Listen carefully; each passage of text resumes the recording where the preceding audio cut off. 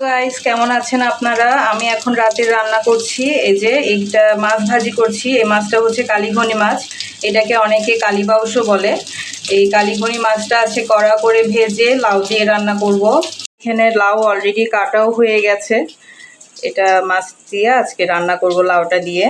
আর এই যে পাশের চুলায় দেখতে পাচ্ছেন, এখানে আমি কাঁকরোল আর ঢেঁড়স সিদ্ধ করছি।